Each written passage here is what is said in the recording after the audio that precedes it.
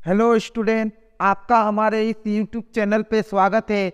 आज हम क्लास 12 के अकाउंटिंग रेशो के बारे में आपको बताया जाएगा कि अकाउंटिंग रेशो क्या होता है, उसके ऑब्जेक्ट क्या है, एडवांटेज क्या है, इसकी लिमिटेशन क्या है, टाइप्स ऑफ क्लासिफिकेशन क्या है। यदि आपको ये वीडियो अच्छा लगे तो दोस्त के साथ शेयर कीजिएगा और हमारे चैनल को सब्सक्राइब करना मत भूलिएगा।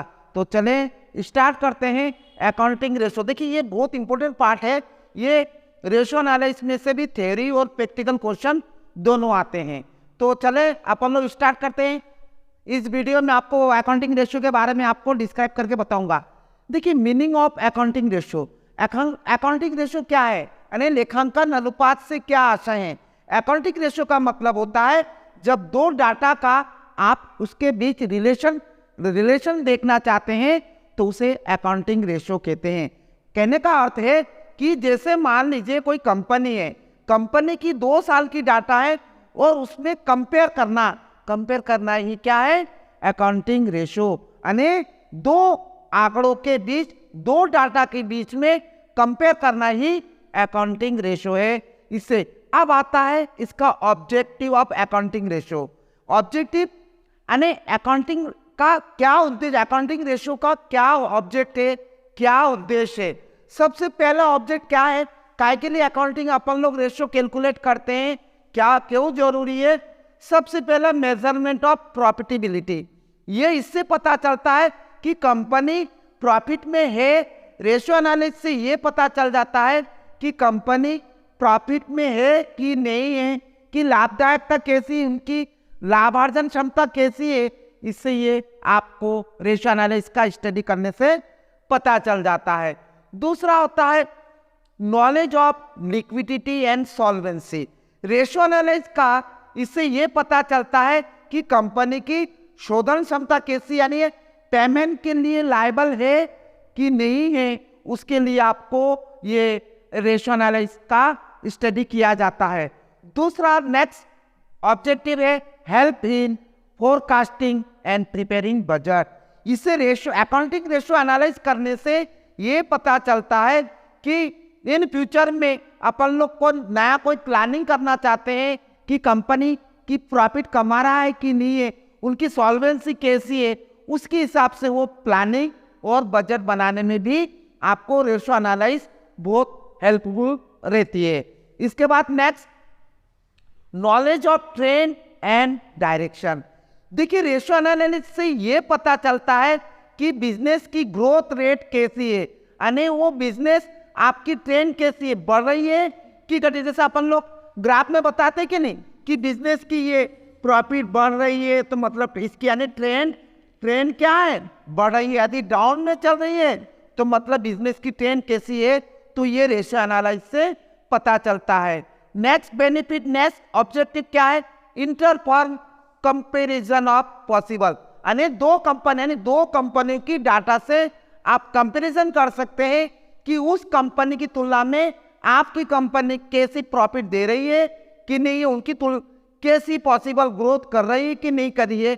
तो उसके आधार पर आप ऑब्जेक्टिव ऑफ अकाउंटिंग रेशो से ये भी आप नॉलेज कर सकते हैं। तो देखिए ये ऑब्जेक्ट ऑफ अकाउंटिंग, ये चैप्टर का ये मैं थ्योरी पार्ट आपको बता रहा हूँ डिस्क्राइब करके। नेक्स्ट वीडियो में क्या होगा, सवाल को कैसे करेंगे वो भी मैं बताऊंगा आपको।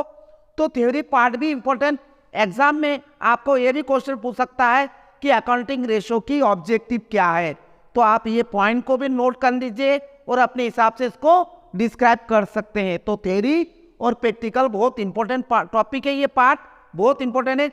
अब आते हैं अपन लोग एडवांटेज ऑफ अकाउंटिंग रेशो की। क्या एडवांटेज है, क्या यूज है, यानी किन के लिए आपको ये बेनिफिट है, अकाउंटिंग रेशो कौन कौन कैलकुलेट करते हैं। सबसे पहला देखिए इसका क्या बेनिफिट है, बेनिफिशियल फॉर मैनेजमेंट को रेशो एनालिसिस से क्या फायदा मिलता है।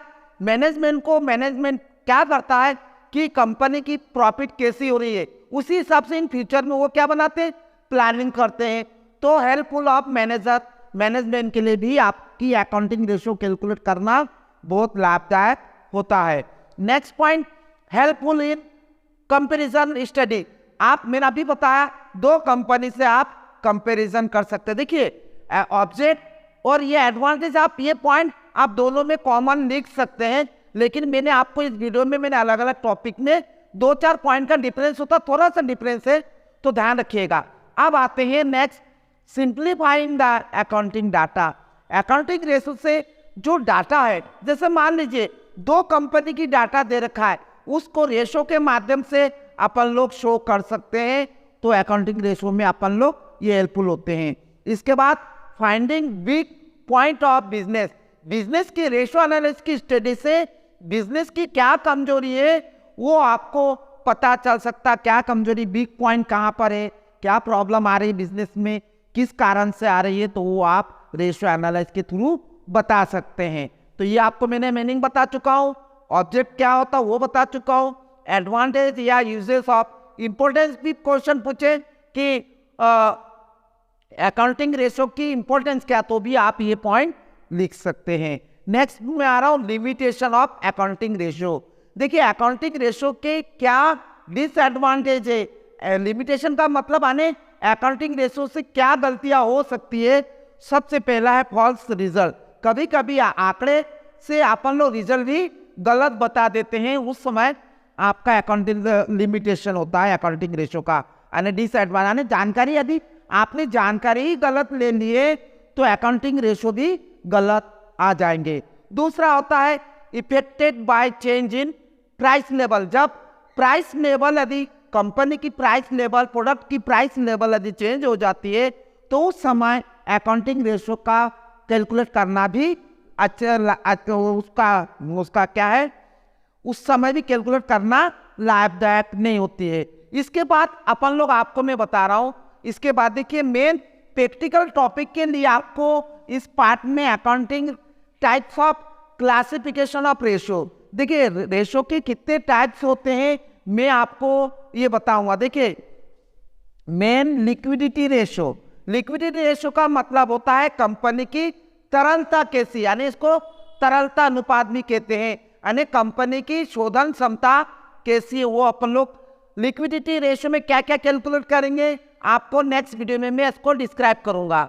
दूसरा है इस टॉपिक में आपकी इस लेसन में मेन प्रैक्टिकल के लिए ये 4 टॉपिक 4 फार्मूला रेशो के टाइप से, पहला लिक्विडिटी रेशो, दूसरा सॉल्वेंसी टेस्ट करना है, इसको सॉल्वेंसी रेशो या सॉल्वेंसी टेस्ट रेशो भी कहता है।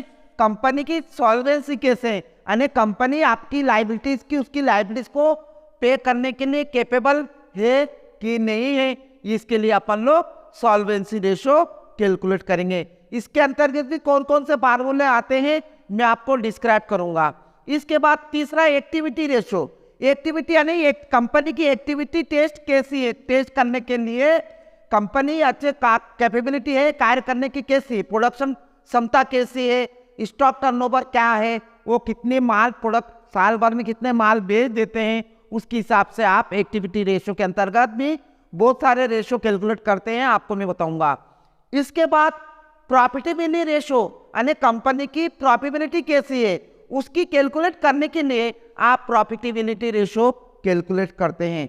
तो देखिए स्टूडेंट, आपको मैं इस वीडियो में मीनिंग ऑफ अकाउंटिंग रेशो क्या होता है उसके बारे में आपको मैंने डिस्क्राइब करा, अकाउंटिंग रेशो की क्या ऑब्जेक्ट है, क्या उसके ऑब्जेक्ट में, उसके बारे में मैं आपको पॉइंट वाइज बताया, इसको आप अच्छे तरह से इसको स्टडी कर लीजिएगा। इसके बाद advantage of uses of accounting ratio के क्या एडवांटेज है, क्या बेनिफिट है, क्या इंपॉर्टेंस है, आप ये पॉइंट को आप याद कर सकते हैं। इसके बाद अकाउंटिंग रेशो के क्या लिमिटेशन है, क्या डिसएडवांटेज है, वो मैंने आपको ये इस वीडियो में बताया। इसके बाद इस चैप्टर में आप कौन कौन से रेशो पढ़ेंगे, types of classification of ratio में मैंने आपको बताया।